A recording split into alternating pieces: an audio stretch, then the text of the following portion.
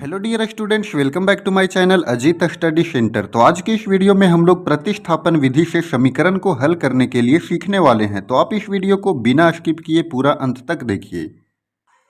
तो क्वेश्चन है हमारा 0.2x plus 0.3y equal to 1.3 और दूसरा समीकरण है 0.4x plus 0.5y equal to 2.3। तो ये जो हमारा इक्वेशन दिया गया है इसको हम लोग मान लेते हैं समीकरण फर्स्ट, और इस इक्वेशन को हम लोग मान लेंगे समीकरण सेकेंड। अब यहाँ पर जो दो समीकरण आ गया है, इन दोनों समीकरण में से किसी एक समीकरण को लेकर के उसके एक पद को स्थापित करने का प्रयास करेंगे। तो यहाँ पर देखते हैं हम लोग कि चलिए समीकरण फर्स्ट ले लेते हैं। समीकरण फर्स्ट से, और हमारा फर्स्ट समीकरण में है 0.2x plus 0.3y equal to 1.3।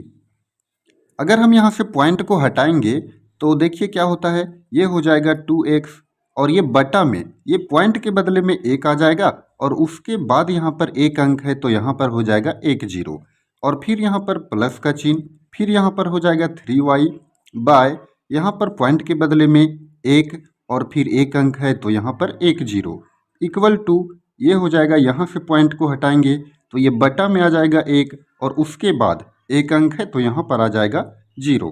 तो यहाँ पर देखिए इस तरह से हो गया 2x/10 plus 3y/10 equal to 13/10। अब इसको क्या करेंगे कि ये भिन्न का जोड़ कर देंगे।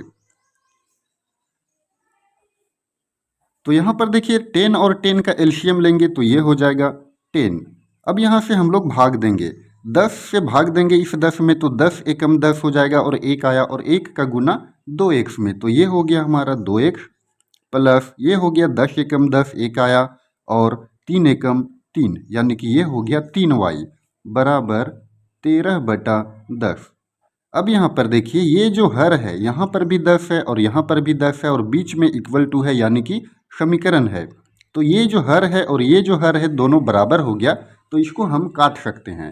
तो इस तरह से यहाँ पर हमारा समीकरण नया समीकरण निकला है 2x प्लस 3y बराबर 13।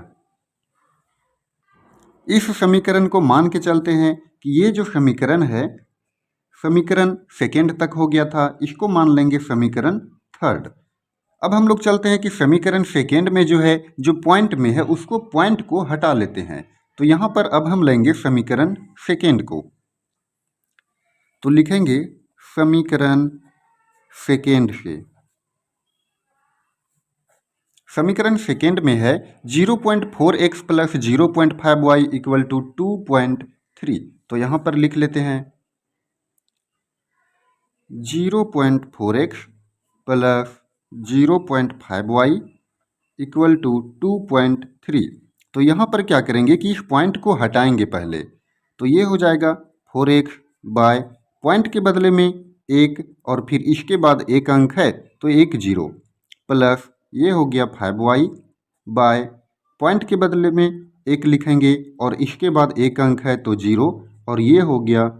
यहाँ से देखिए 2.3 था तो इस पॉइंट को हटाए तो एक हुआ और उसके बाद एक अंक है तो यहाँ पर 1 0। अब यहाँ पर देखिए फिर से ये भिन्न का जोड़ हो गया तो 10 और 10 का एलसीएम लेंगे तो 10 और 10 का एलसीएम 10 हो गया। अब यहाँ से फिर भाग देंगे, भिन्न का जोड़ सभी को पता होगा, 10 एकम 10 एक आया और एक का गुना 4x के तो ये हो गया 4x प्लस फिर ये हो गया 10 एकम 10 एक आया और एक का गुना 5y से तो ये हो गया 5y और बराबर में 23/10। अब यहाँ पर फिर से देखिए 10 और 10 ये दोनों हर जो है वो बराबर हो गया तो इसको हम लोग काट सकते हैं। अब यहाँ पर एक नया समीकरण बन के निकला 4x प्लस 5y बराबर 23। इसको हम लोग मान लेंगे समीकरण थर्ड तक हो गया था, अब इसको हम लोग मान लेंगे समीकरण 4। अब ये जो हमारा समीकरण थर्ड आया है 2x प्लस 3y बराबर 13, इस समीकरण को हम लोग पहले प्रतिस्थापित करेंगे। यहाँ पर लिखेंगे समीकरण थर्ड लेने पर, जब हम लोग समीकरण थर्ड लेते हैं तो इसमें है 2x प्लस 3y बराबर 13। तो यहाँ पर लिख दिए हम लोग 2x प्लस 3y बराबर 13। अब यहाँ से क्या करेंगे कि इसमें से कोई भी एक पद को स्थापित करेंगे। तो चलिए 2x बराबर, यहाँ देखिए ये है 13। अब ये प्लस 3y जो है जब ये RHS में जाएगा तो ये हो जाएगा माइनस 3y। इस तरह से जब हम यहाँ पर x का मान निकालेंगे तो ये हो जाएगा 13 माइनस 3y, और ये जो 2 है वो हर में आ जाएगा। तो इस तरह से x बराबर हो गया 13 माइनस 3y बटा 2। अब ये जो हमारा x का मान आया है, इस x के मान को हम लोग समीकरण 4 में रखेंगे। तो यहाँ पर हम लोग लिखेंगे x का मान समीकरण 4 में रखने पर, और यहाँ पर देखिए हमारा समीकरण 4 है 4x प्लस 5y बराबर 23। अब क्या करेंगे कि इस x के जगह पर 13 माइनस 3y बटा 2 को रखेंगे। तो समीकरण में 4x है तो यहाँ पर लिखेंगे 4, और x का मान जो हमारा आया है उसको यहाँ पर लिख देंगे। तो x का मान आया था 13 माइनस 3y बटा में 2, और फिर प्लस 5y बराबर 23। अब यहाँ देखिए ये जो 2 है ये हर में है और अंश में यहाँ पर 4 है, और ये गुना का चिन्ह में है, यानी कि इस 2 से इस 4 को काट सकते हैं। तो 2 दूना 4 हो जाएगा, तो इसको काट दिए। अब यहाँ पर देखिए ये हो गया 2 into 13 minus 3y plus 5y बराबर 23। अब यहाँ देखिए 2 जो है इंटू में है, यानी कि एक बार 13 में गुना होगा और एक बार 3y में गुना होगा। तो 2 का गुना 13 से तो ये हो गया 26, माइनस 2 का गुना 3y से तो 2 तिया 6y प्लस 5y बराबर 23। अब यहाँ पर देखिए 26, ये है माइनस 6y और ये है प्लस 5y, यानी कि माइनस प्लस माइनस, तो 6y में 5y को माइनस कर देंगे तो ये बचेगा देखिए माइनस y, क्योंकि यहाँ पर बड़ा का चिन्ह क्या है, माइनस है, और बराबर में 23।